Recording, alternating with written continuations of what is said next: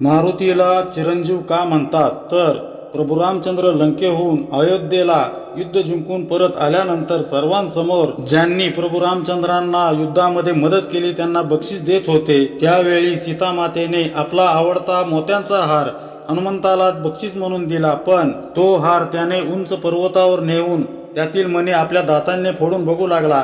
त्यात काही राम दिसेना म्हणून तो फेकून दिला। प्रभू रामचंद्रांशिवाय त्याला कशातही आनंद वाटत नव्हता। शेवटी तो प्रभू रामचंद्रांना भेटून म्हणाला, आता मी जातो, तुम्ही राज्यकारभार सुखाचा करा, आता मला निरोप द्या। हे प्रभू, तुमच्यावर माझे प्रेम सदैव असू द्यात, माझा भक्तिभाव दुसरीकडे जाऊ देऊ नका।